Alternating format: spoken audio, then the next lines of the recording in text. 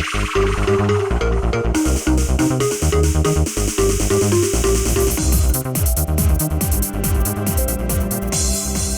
আমি খুব খুশি হয়েছি। আজ যদি তোমার মা বেঁচে থাকতেন না, উনিও খুব খুশি হতেন। তুমি আমার জন্য অনেক কিছু করেছো বাবা, মায়ের অভাব কোনোদিন বুঝতেই দাওনি। ওই তো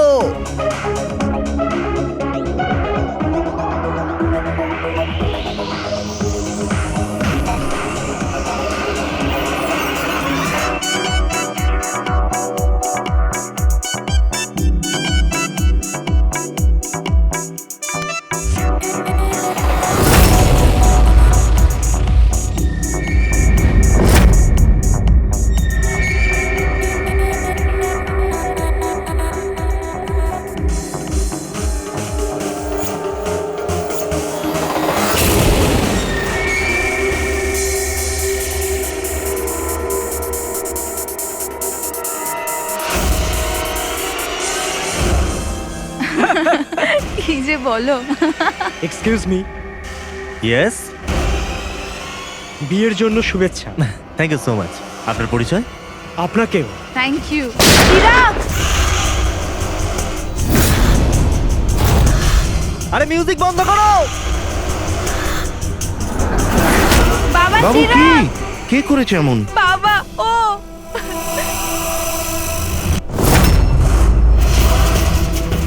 জান, জান,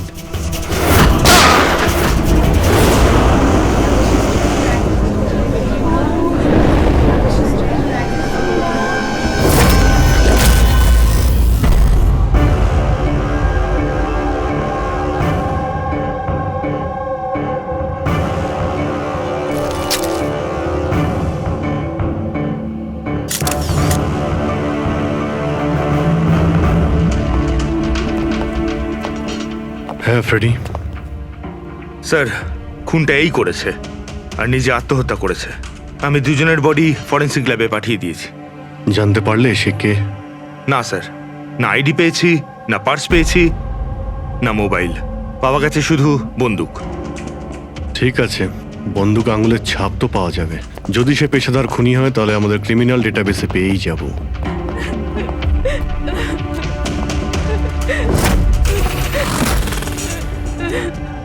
আচ্ছা, আপনারা তো খুনিকে পরিষ্কার দেখতে পেয়েছেন, কেউ কি চেনে তাকে? না স্যার, আমরা তো স্যার দেখিনি। কেউ চেনেন না ওকে? মানে ও বিনা নিমন্ত্রণে বিয়ের পার্টিতে এসেছিল? হ্যাঁ স্যার, হতে পারে গুলি যে চালিয়েছে ওকে একতরফা ভালোবাসে এরকম কোনো প্রেমিক হতে পারে। দেখা যাক। বুঝতে পারছি এই সময়টা সঠিক সময় নয় তোমার সাথে কথা বলার জন্য, কিন্তু আমাদের জন্য এটা জানা খুবই দরকারি যে চিরাগকে গুলি কে মারলো। আমি জানি না যে ও কে ছিল। আমি ওকে প্রথমবার দেখেছি। চিরাগও জানতো না যে ও কে ছিল। এলো আর গুলি চালিয়ে চলে গেল। ওর কি দোষ ছিল বাবা? অদ্ভুত ব্যাপার, একজন লোক অচেনা কারোর বিয়েতে ঢুকে তাকে গুলি করে, তারপর সে ওইখানে সুইসাইডও করে। কোনো মেন্টাল প্রবলেম নিশ্চয়ই। মানসিক অবস্থা হয়তো ঠিক ছিল না, আর কিংবা এর জীবনেই হয়তো কেউ কোনোদিন একে ঠকিয়েছিল। যেই হোক, এই খুনের ফটোগুলো সব সোশ্যাল সাইট আর খবরের কাগজে দিয়ে দিই, কেউ না কেউ তো চিনেই ফেলবে।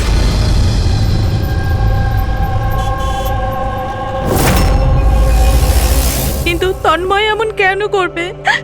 পুনা থেকে মুম্বাই গিয়ে, তাও কোনো অজানা মানুষের বিয়েতে। এই কেনর উত্তর তো আমরাও খুঁজে বেড়াচ্ছি। আচ্ছা, আপনারা ওকে শেষবার কখন দেখেছেন? কাল সকালেই দেখেছিলাম, যখন ও কলেজের জন্য বেরিয়েছিল। আর যখন সন্ধে পর্যন্ত বাড়ি ফিরল না, তখন আমি ওর সব বন্ধুদের ফোন করেছিলাম, কিন্তু কেউ জানতো না ও কোথায়। আর আজ তাহলে আপনি মিসিং কমপ্লেন লিখিয়েছেন? হ্যাঁ স্যার, এই নিতে সময় বলল যে তন্ময়ের ছবি সোশ্যাল মিডিয়াতে ঘুরছে। ও, আপনারা তন্ময়ের বন্ধু? হ্যাঁ স্যার, শেষবার কবে দেখেছিলেন তন্ময়কে? কাল দুপুর 2টোয়। ওর বিহেভিয়ার কেমন ছিল? একদম নর্মাল ছিল। কেউ বলতেই পারবে না যে ও এরকম কিছু করার কথা ভাবছে। এই এই চিরাগ আর ওর গার্লফ্রেন্ড চেনেন এদেরকে? আগে না। আপনি? না ম্যাডাম। হুম? না ম্যাডাম। তন্ময়কে ওদেরকে চিনতো? না আমরা জানতাম না, তন্ময় ওকে জানতো। খারাপভাবে নেবেন না, কিন্তু তন্ময়ের কোনো কিছু কি প্রবলেম ছিল? আই মিন, কোনো মানসিক সমস্যা ছিল? কোনো মেন্টাল প্রবলেম? স্যার, ওই তন্ময় আর ওর গার্লফ্রেন্ডের কিছু মাস আগে ব্রেকআপ হয়ে গেছিল। ও কিছুটা ডিপ্রেশনে ছিল। ডিপ্রেশনে ছিল? হ্যাঁ স্যার, না ভালো করে খেত, না ঘুমাতো, এমনকি আমাদের সাথেও কথা বলতো না, শুধু নিজের ঘরেতেই থাকতো। নিজের রুমে?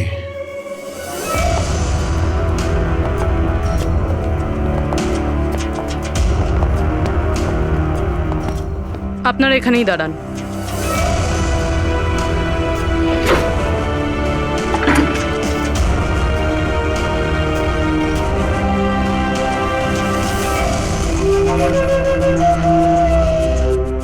স্যার,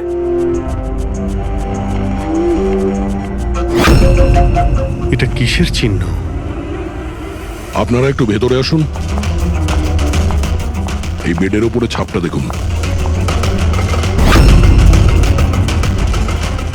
আমি জানি না স্যার, আগে কোনোদিন দেখিনি এই চিহ্ন। স্যার আমরাও দেখিনি। এই তন্ময় বেডে চিহ্ন এঁকেছিল, এই চিহ্নের সঙ্গে এই খুনের আবার কোনো সম্পর্ক নেই তো?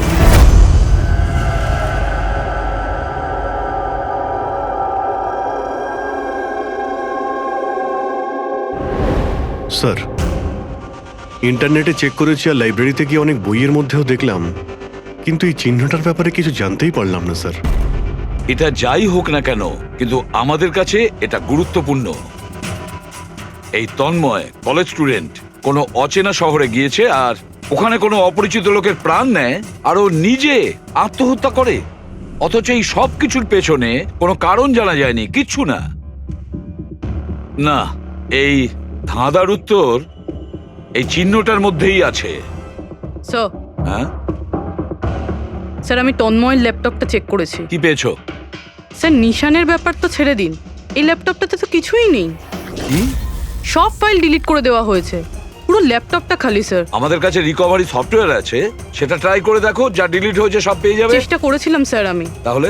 কিন্তু ফাইল এমন ভাবে ডিলিট করা হয়েছে যে রিকভারি সফটওয়্যারও এটাতে কাজ করছে না। এটাই বুঝতে পারছি না, তন্ময় ডিলিট করেছে নাকি অন্য কেউ করেছে। অভিজিৎ, সে যেই হোক না কেন, সে জানতো যে তন্ময়ের মৃত্যুর পর ল্যাপটপটা আমাদের কাছে আসবে, সেই জন্য সব প্রমাণ মুছে দিয়েছে। স্যার, হ্যাঁ, এই দেখুন স্যার, বিয়ে বাড়িতে নিমন্ত্রিত একজন তার নিজের মোবাইল ফোন দিয়ে এটা রেকর্ড করেছিল। মাই গড। স্যার, এ মারা যাওয়ার আগে চোখ বন্ধ করে কি যেন বিড়বিড় করছিল। হ্যাঁ, ফেডরিক, আবার একটু চালাও তো, স্লো মোশনে। হ্যাঁ, যে এরকম একটা কিছু বললো না? স্যার জান, ও জান বলছে স্যার। তারপরে আচ্ছা, তন্ময় কার নাম করছিল? জান? জান নাকি যে দিয়ে শুরু অন্য কোনো নাম?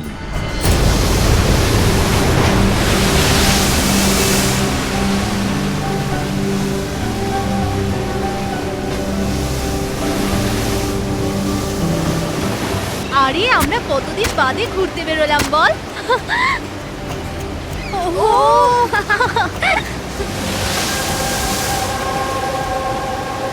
নেহা, কোথায় যাচ্ছিস ওখানে? নেহা, নেহা, নেহা শোন তো। নেহা, নেহা, নেহা,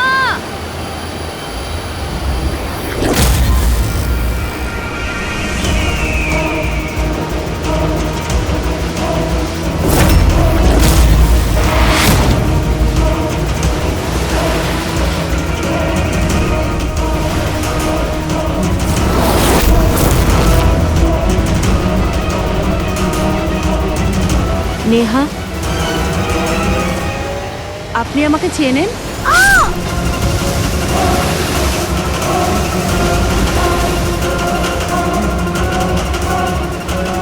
নেহা চোখ খোল, নেহা চোখ খোল। কি হয়েছে তোর নেহা?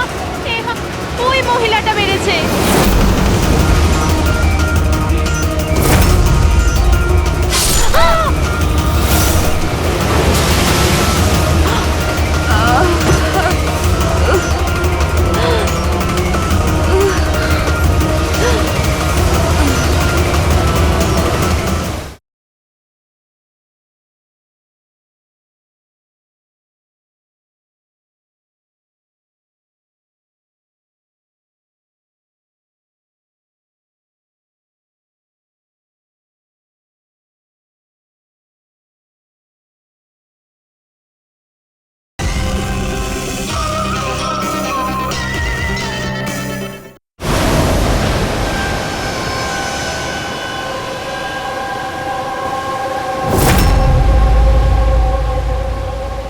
পঙ্কজ, ওই দিকটা চেক করো।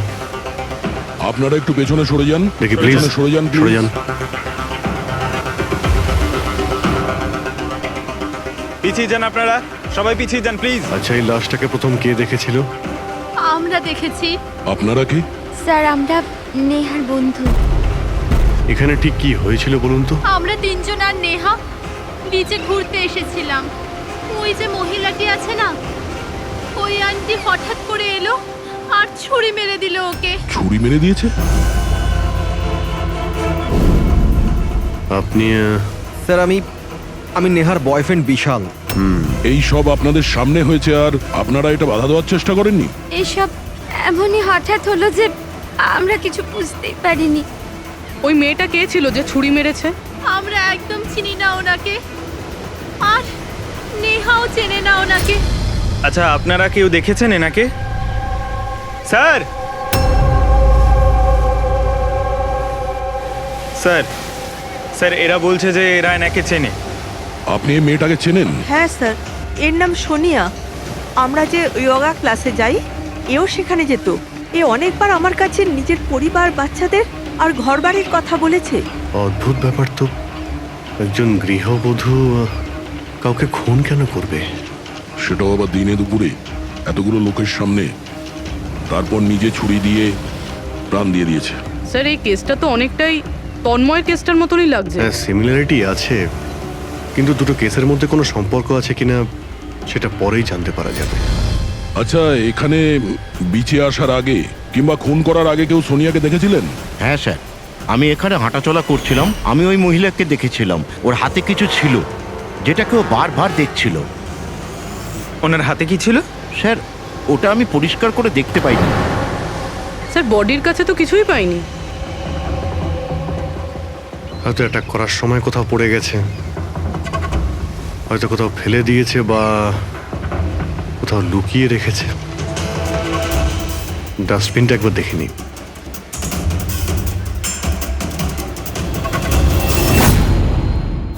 হ্যাঁ পুরবি, কিছু পেলে কি? স্যার, ডাস্টবিন থেকেই ফটোর টুকরোগুলো পেয়েছি, ওটাই জুটছি। 5 মিনিট। ঠিক আছে স্যার। হ্যাঁ স্যার, সোনিয়া যে কলোনিতে থাকে সেখানে গিয়ে জিজ্ঞাসাবাদ করেছি আমরা, কিন্তু ওখানে সবাই বলছে যে ও খুব ভালো আর দয়ালু মনের মহিলা ছিল। এর নাম সোনিয়া। এ অনেকবার আমার কাছে নিজের পরিবার, বাচ্চাদের আর ঘরবাড়ির কথা বলেছে। সে আজকে কাউকে খুন করলো? আরো একটা কথা জানা গেছে স্যার, 7 মাস আগে সোনিয়া 10 বছরের ছেলে কোনো একটা অ্যাক্সিডেন্টে মারা গেছে। তারপর থেকে খুব ডিপ্রেশনে ছিল। এই কেসটা তো একেবারে তন্ময়ের মতন কেস। তন্ময় ওই ছেলেটাকে মেরেছিল, তখনও ডিপ্রেশনে ছিল। তন্ময় আর ওর গার্লফ্রেন্ডের কিছু মাস আগে ব্রেকআপ হয়ে গেছিল। ও কিছুটা ডিপ্রেশনে ছিল।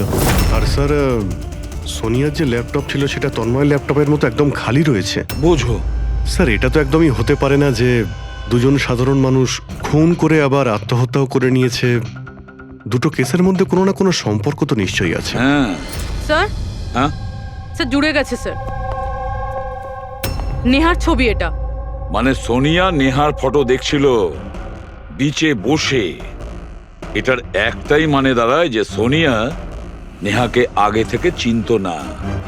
তার মানে ও আগে কখনো নেহাকে দেখেইনি। তার মানে স্যার এই সোনিয়া নেহার খুনটা অন্য কারোর কথা শুনে করেছিল। কিন্তু স্যার কেউ মিডল ক্লাস বাড়ির একটা মেয়েকে মেরে ফেলার জন্য কন্ট্রাক্ট কেন দিতে যাবে? সেটাই তো বুঝে উঠতে পারছি না। সে যেই হোক না কেন তন্ময়কে কন্ট্রাক্ট দিয়েছিল যে ওই ছেলেটাকে খুন করার জন্য, আর তারপরে সোনিয়াকেও কন্ট্রাক্ট দিয়েছিল নেহাকে মারার জন্য। তবে স্যার এই খুনিকে আমাদের তাড়াতাড়ি ধরতে হবে, না হলে জানি না হয়তো এরকম কাজ করতে আরো অন্য কাউকে বাধ্য করছে। খুব মন দিয়ে দেখো এই ফটোটা, এই ফ্রেমটা দেখতে পাচ্ছো? আরে হ্যাঁ স্যার, ফটোটা ক্রপ করা হয়েছে নাকি? হ্যাঁ ফ্রেডি, এই যে বর্ডারটা দেখছো এটা ফটো ফ্রেম। অন্য কোনো ফ্রেম থেকে জুম করে এই ফটোটা তোলা হয়েছে।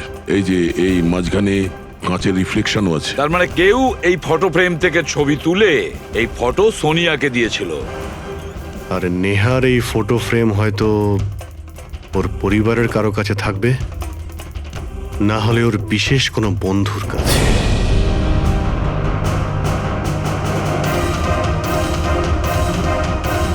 স্যার দুজন বন্ধুর বাড়িতে তো কিছুই পাইনি, নেহা 3 নম্বর বন্ধুর বাড়িতে দেখা যাক।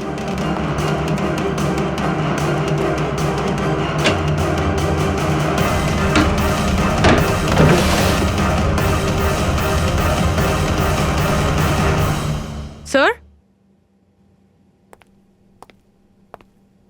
হ্যাঁ পুরবি, স্যার এটা তো সেই ছবিটা। কারেক্ট। ওই ছবিটা বের করো তো।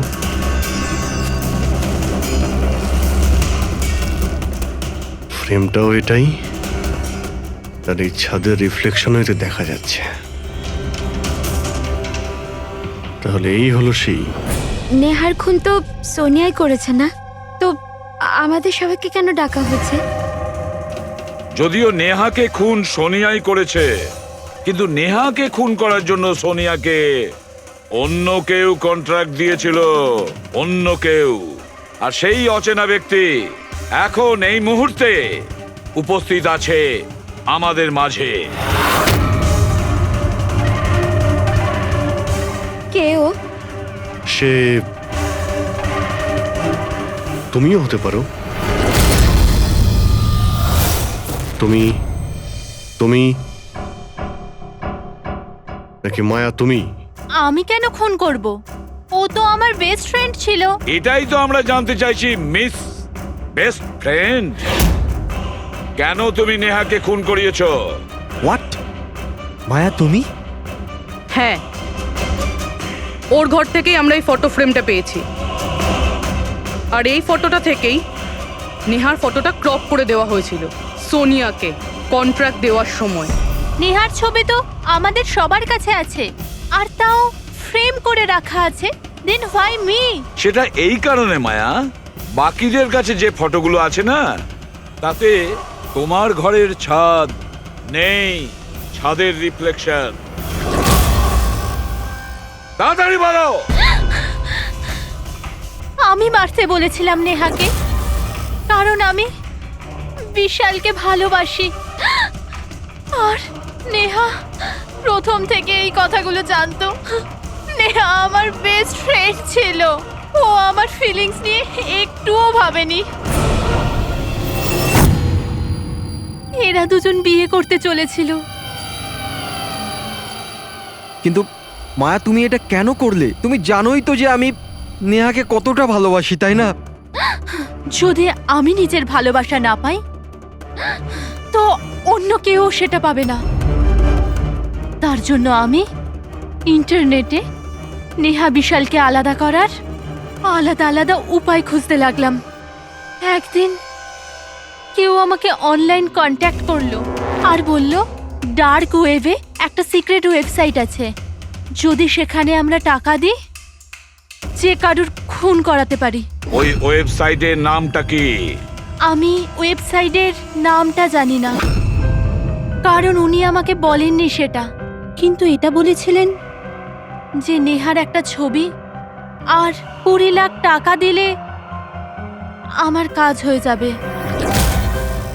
তার জন্য আমি আমার মায়ের হীরের হারটা বেচে দিয়েছি আর ওনাকে টাকা দিয়ে দিয়েছি। ওই লোকটার সঙ্গে তুমি দেখা করেছিলে? না স্যার, কারণ উনি বলেছিলেন ব্যাগে টাকা আর নেহার ছবি রাখার জন্য, আর আর রাস্তায় রেখে দিতে, আর স্পেশালি বলেছিল পেছন ফিরে না দেখতে। ব্যাস, আমি তো সেটাই করেছি। স্যার, এটা কেমন ওয়েবসাইট যেটা প্রকাশ্যে কাউকে খুন করার কন্ট্রাক্ট নিয়ে থাকে? জানি না, কিন্তু তন্ময়ের বাড়ি থেকে যে চিহ্নটা পেয়েছি ওই চিহ্নের সঙ্গে নিশ্চয়ই এই ওয়েবসাইটের কোনো না কোনো সম্পর্ক আছে। আমায় ক্ষমা করে দিন স্যার, আমার খুব বড় ভুল হয়ে গেছে। আমার নিজের বন্ধুকে মেরে ফেলা উচিত হয়নি। ভুল নয়, তুমি অপরাধ করেছো। ইন্টারনেটে এরকম অনেক কেউ আছে যে তোমাদের মতো বোকাদের কাজে লাগিয়ে টাকা ইনকাম করে। এদের থেকে সবসময় সাবধান থাকা উচিত। আমার ভুল হয়ে গেছে, প্লিজ ক্ষমা করে দিন। মায়া, ক্ষমা করলে আইন তোমাকে করবে, কিন্তু তোমাকে আমাদের সাহায্য করতেই হবে, বুঝেছো?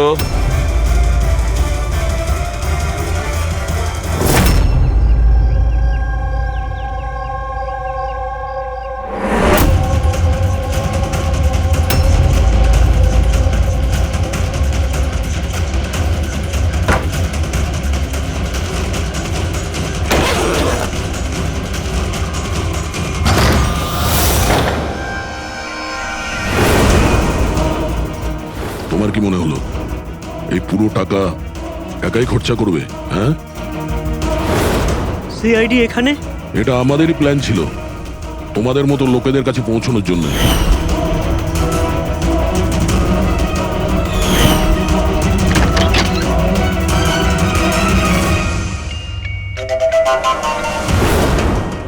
এই, এই এই কি আছে? ছিল এ? মুখ খোল, মুখ মুখ খোলো। খোল। মুখ খোলো। এই এ তো মরে গেল। স্যার, এর নিশ্চয়ই কোনো বস আছে স্যার, ওই ওয়েবসাইটের, যারা মানুষকে মারার কন্ট্রাক্ট নেয় স্যার। ও, মনে হচ্ছে এই ভয়েই ও আত্মহত্যা করে ফেললো। একটু দেখো এখানে কিছু পাওয়া যায় কিনা।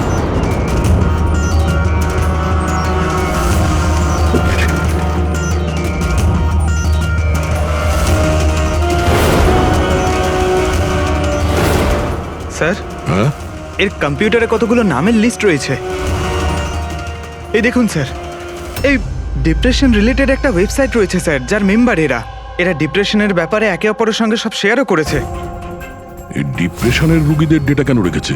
এই দেখুন স্যার, এই সোনিয়া স্যার, ও লিখেছে যে আমার মেয়ের মৃত্যুর আঘাত আমি সহ্য করতে পারবো না। একটা কাজ করো, স্ক্রল করো নিচে, হতে পারে তন্ময়ও আছে এর মধ্যে। স্যার, এই দেখুন, আমার আরতি আমায় ছেড়ে দিয়েছে, আমার এই পৃথিবীতে বেঁচে থেকে আর কোনো লাভ নেই, আমার জীবনে আর কোনো উদ্দেশ্যই নেই। তার মানে কেউ তো আছে যে ডিপ্রেশনে ভোগা লোক দিয়ে এইগুলো করাচ্ছে, ওদের ভুল বোঝাচ্ছে, যাতে এই লোকগুলো অন্য কাউকে খুন করে নিজের জীবন দিয়ে দেয়। পঙ্কজ, একটা কাজ করো, এই লিস্টে যত নাম আছে আমাদের সবার সঙ্গে কন্ট্যাক্ট করতে হবে। লিস্টে নাম অনেকগুলো আছে আর সময়ও কম আমাদের কাছে। চলো। স্যার, ওই লিস্টে যাদের নাম ছিল আমি সবার সঙ্গেই কথা বলেছি, কিন্তু স্যার আমি তেমন কিছু জানতেই পারিনি। একটা মেয়ের ব্যাপারে বলছিলে না, কি নাম ওর? হ্যাঁ স্যার, ওকে পুরবি নিয়ে আসছে। ওকে, আসুন স্যার, এই সেই মেয়ে, ওর স্বামীর মৃত্যুর পর ওই ফোরামে ওই পোস্ট লিখতো। হ্যাঁ স্যার। শোনো, এই সিম্বলটাকে দেখো। স্যার, এটা তো ওই চিহ্নটাই যেটা ওই। দেখুন, আপনি ভয় পাবেন না, এই ব্যাপারে আপনি যা যা জানেন সব বলে দিন। স্যার, অ্যাকচুয়ালি কিছু সপ্তাহ আগে আমার কাছে একটা মেল আসে, যেটায় লেখা ছিল যে কেউ একটা ওয়ার্কশপ করছে, যেটায় তারা ওই লোকগুলোকে সাহায্য করতে চেয়েছিল যারা নিজের কাউকে হারিয়েছে।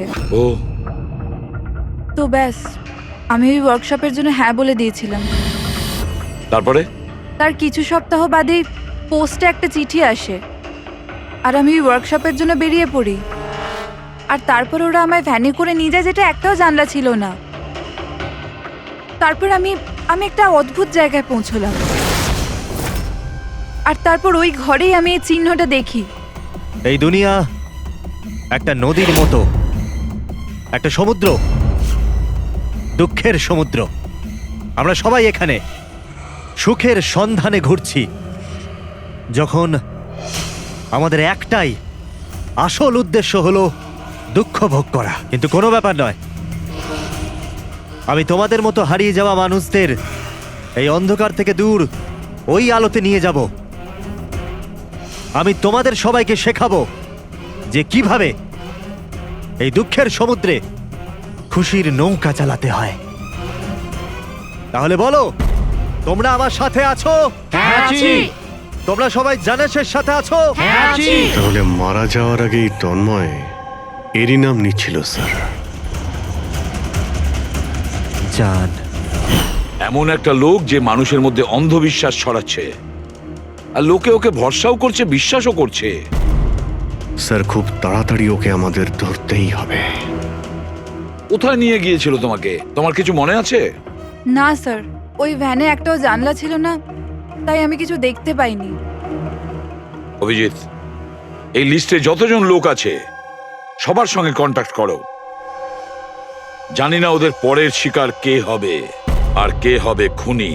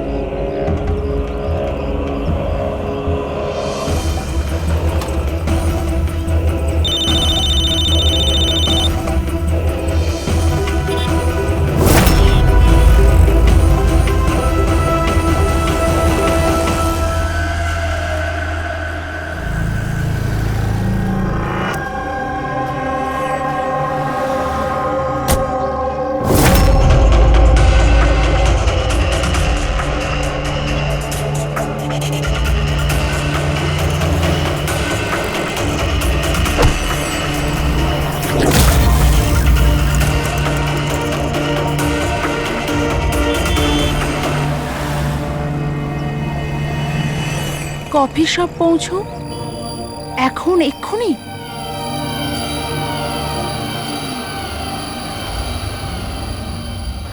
আচ্ছা, ওরা তোমায় কোথায় নিয়ে গিয়েছিল, কত দূরে, কোথায়, কিছু কিছু মনে আছে তোমার? এত সপ্তাহ হয়ে গেছে যে আমার কিছুই ভালো করে মনে নেই। কিন্তু তোমার কিছু তো মনে আছে? ওখানে যেতে কতটা সময় লেগেছিল? আই থিঙ্ক আধ বা 1 ঘন্টা অ্যাপ্রক্সিমেটলি লেগেছিল। ও সরি। স্যার, আমার আরেকটা জিনিস মনে পড়েছে, যে রাস্তা দিয়ে ওই ফ্যানটা যাচ্ছিল ওই রাস্তা অনেক গর্ত ছিল, আর ট্রেনের আওয়াজও শুনতে পেয়েছিলাম আমি। আচ্ছা, আর যখনই ট্রেনের আওয়াজটা শুনতে পেয়েছিলাম তার কিছুক্ষণ বাদেই ভ্যানটা থেমে গেছিল। তাহলে তো আমরা সঠিক রাস্তাতেই এসেছি। এনো কফি খাও। আপনি আমাকে এখানে ডেকেছেন?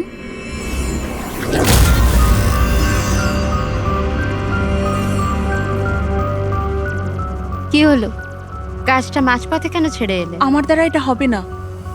একটা নিরীহ বাচ্চাকে অনাথ করতে চাই না। আমি না কারোর প্রাণ নেব আর না নিজের প্রাণ দেব।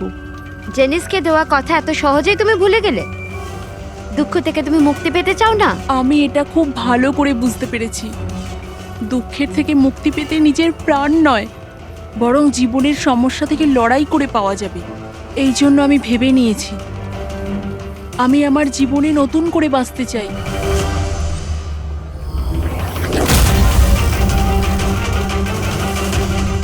কেন নয়, জেনিসে তো এটাই বলতে চেয়েছিল যে সব মানুষের নিজের জীবনে নিজে চলার মতো অধিকার আছে।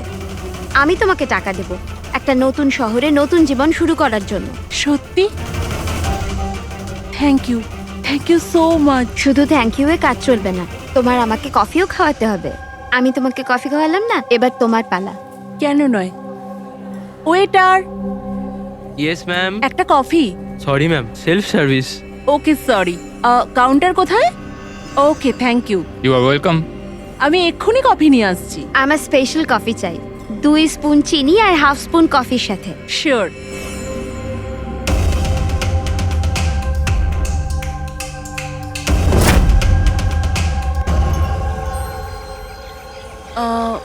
এক কাপ কফি, মিল্ক 1 চামচ চিনি। কি বলেছিল জিজ্ঞেস করি।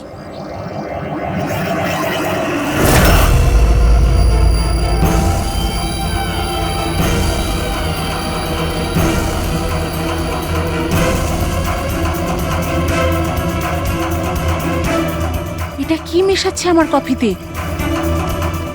নিশ্চয়ই এটা বিষ হবে। এরা এত তাড়াতাড়ি আমাকে মুক্তি দেবে না মনে হয়।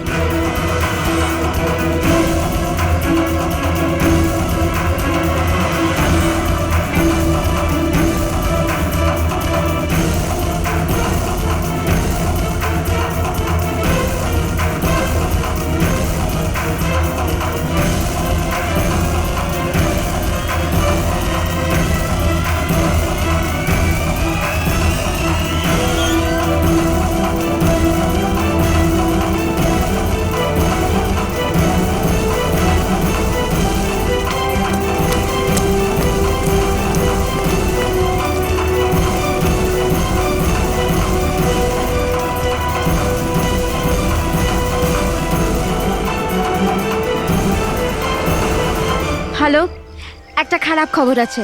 মিশন ফেল হয়ে গেছে। ওই মেয়েটা পালিয়ে গেছে। কোনো ব্যাপার নয়, দুনিয়াটা এত বড় নয় যে কেউ জানাসের হাত থেকে পালাবে। সবাইকে কাজে লাগিয়ে দাও, প্রত্যেককে মেসেজের সাথে একটা করে ফটো পাঠিয়ে দাও। আর হ্যাঁ, 1 ঘন্টার মধ্যে আমি ভালো খবর শুনতে চাই। খারাপ খবর নয়, অনন্যার মৃত্যুর ভালো খবর। স্যার, এই রেলওয়ে ট্র্যাক্সের কাছে তো এটাই শেষ জায়গা। বেশিরভাগ সময় শেষ জায়গাতেই সাফল্য পাওয়া যায় Purabi.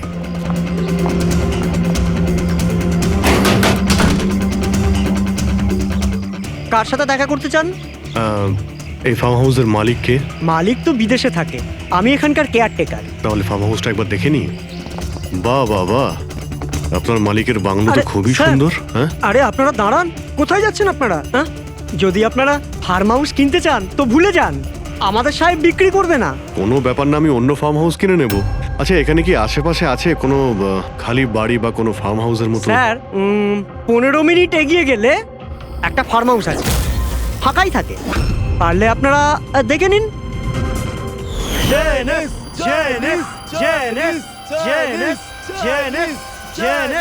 Thank you. Sir, sir এটাই ওই জায়গা। এই লোকটা ওই রিংটাই পড়ে আছে।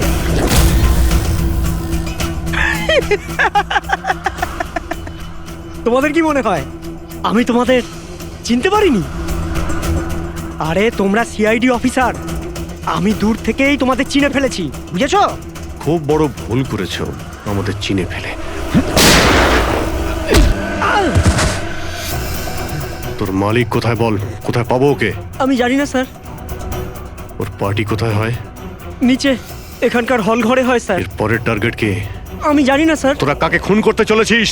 বলছি স্যার, বলছি।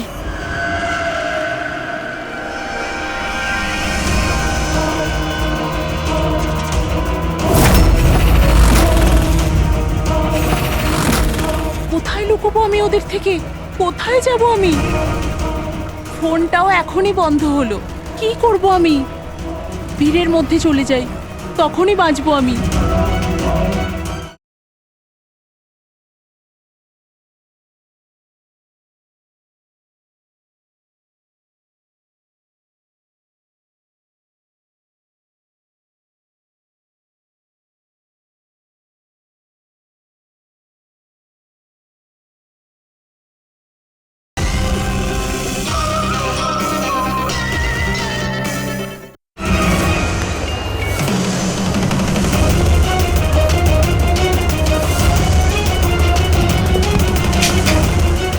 ম্যাডাম। এক্সকিউজ মি, আমার আপনার ফোনটা চাই।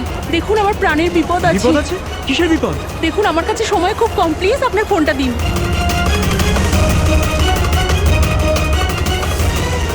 ফোনটা তোলো।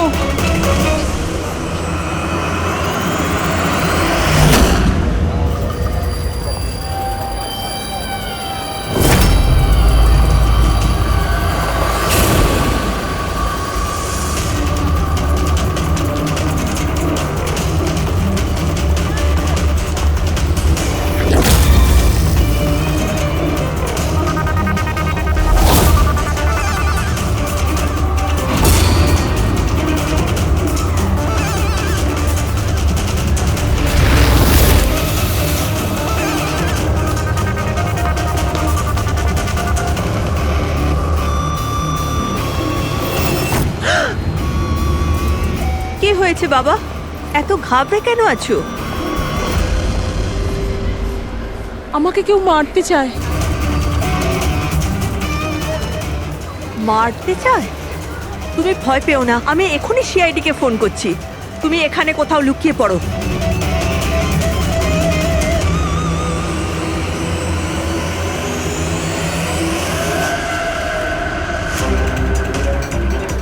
Sir sir sir sir sir, আমি আপনাদের ফোন করেছিলাম। এই মেয়েটাই ছিল। হ্যাঁ স্যার, এই মেয়েটাই ছিল। মেয়েটা কোথায়? স্যার একটু আগে তো এখানেই ছিল, এখন জানি না কোথায় গেল। Thank you. হ্যাঁ। চলো আমরা খুঁজে দেখি।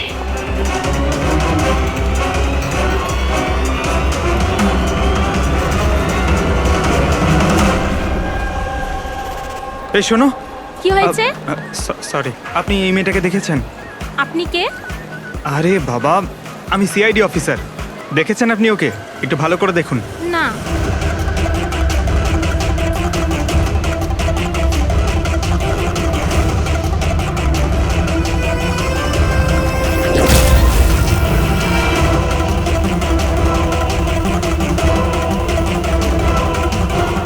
স্যার, কেউ দেখেনি স্যার।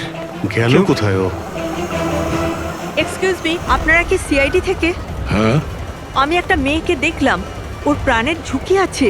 কোথায় ওই মেয়েটা? ও এক্ষুনি বাইরের দিকে গেল।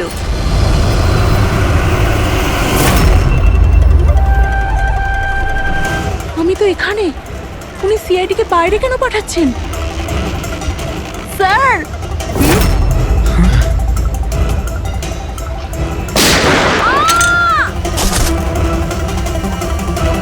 তুমি ঠিক আছো? ওর কার হয়ে কাজ করো তুমি? জানিস কোথায় আছো? হ্যাঁ, তোমরা ওকে আসল জীবনে কেন কখনো স্বপ্নেও খুঁজে পাবে না। তাই স্বপ্নেও পৌঁছতে পারবো না?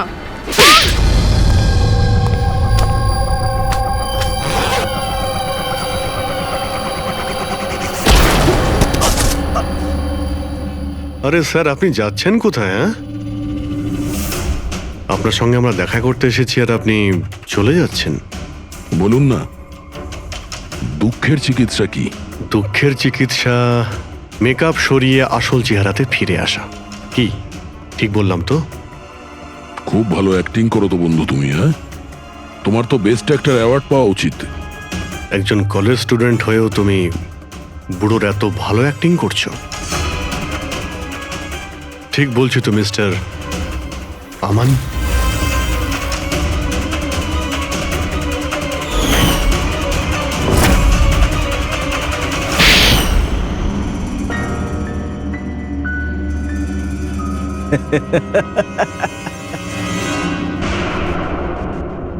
Thank you. হ্যাঁ, ওই যে অ্যাক্টিং এর প্রশংসা করার জন্য। আমি শুধুই কলেজ স্টুডেন্ট নয়, আমি একজন সাইকোলজি স্টুডেন্টও। অনেক বই পড়েছি মানুষদের অন্ধবিশ্বাস নিয়ে। হ্যাঁ, তো ওদের স্রেফ ওটাই শোনাও যা ওরা শুনতে চায়। ব্যাস ব্যাস, একবার ওদের দুর্বল জায়গা হাতে চলে আসলে না, ওদের দিয়ে সবকিছু করানো মুশকিল নয়। ওগুলো আমরা সব জানি, কিন্তু তুমি ওদের দিয়ে কাউকে খুন কি করে করালে আর পরে আত্মহত্যাও করলো? এটা বেশি মুশকিল ছিল না। এই যে সন্ত্রাসবাদীরা হয় না, হয়তো ওরাও এটাই করে। ঠিক বলেছ। আতঙ্কবাদীরা জন্ম নেয় না, তাদের তৈরি করা হয়। ব্রেন ওয়াশ করা হয়, যেমন তুমি ব্রেন ওয়াশ করেছো এদের। হ্যাঁ, আমি সবার প্রথমে ডিপ্রেসড লোকেদের লিস্ট করেছি।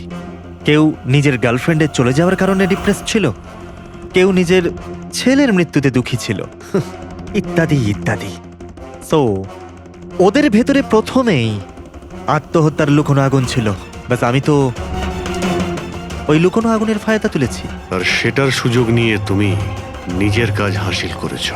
আমি তো শুধু ওদের এটাই বিশ্বাস করিয়েছিলাম যে ওই বেচারাদের সাথে ভুল হয়েছে, আর ওদের শুধু আমি ন্যায় বিচার দেব। কিন্তু এরা সবাই তো পড়াশুনো করা লোক ছিল, যারা সঠিক কি ভুল কি তার পার্থক্য বোঝে। তাহলে ওদের দিয়ে কি করে করালে খুব? আরে মুশকিল কি স্যার, এখন ওই সোনিয়ার কথাই ভাবুন না। ওর ছেলের মৃত্যু একটা অ্যাক্সিডেন্টে হয়েছিল, তো আমি ওকে শুধু এটাই বিশ্বাস করেছিলাম যে এমন পৃথিবীতে অনেক লোক আছে যারা এরকম কাজ করে আরামে বেঁচে আছে। তাই আমি সোনিয়াকে এটাই বলেছিলাম যে ওর জীবনের স্রেফ একটাই উদ্দেশ্য, যে এই সব লোকেদের মধ্যে একজনকে মেরে দিক, আর ও পরের জন্মে গিয়ে ছেলের সাথে দেখা করতে পারবে। তারপর কি হলো, ও প্রথমে নেহাকে খুন করলো আর তারপর নিজেকেও মেরে দিল। ব্যাস স্যার, এভাবেই সোনিয়ার মতো অনেককেই আমি মিথ্যে প্রতিশ্রুতি, মিথ্যে আশা দিলাম, আর যেটা আমি চাইছিলাম সেটাই ওদের দিয়ে করালাম। আমি জানতাম এই কাজে অনেক টাকা, তো ধরা না পড়ে যায়, এই জন্য আমি ডার্ক ওয়েবে সুপারি নেভার ওয়েবসাইট বানালাম, আর আমি সফলও হলাম। আচ্ছা, আপনারাই বলুন, আপনারা এরকম কত কলেজ স্টুডেন্টকে জানেন যারা এই বয়সে, আমার বয়সে, কোটিপতি হয়ে গেছে? তুমি কতজন কলেজ স্টুডেন্টকে চেনো যারা এই বয়সে জেলের কাল কুঠুরির মধ্যে বসে ফাঁসির জন্য অপেক্ষা করছে? তাদের মধ্যে তুমি একজন। লোকে চোখের জল মোছানো, তাদের দুঃখে তাদের সঙ্গে থাকা ভালো কাজ, কিন্তু এই ভালো কাজেও তুমি লোভের বীজ ঢুকিয়ে দিয়েছো। আশা করি যে তোমাকে দেখে লোক শিক্ষা নেবে আর কোনো অন্ধবিশ্বাসে বিশ্বাস করবে না। তুমি যা করেছো তার শাস্তি তো তোমায় ভোগ করতেই হবে।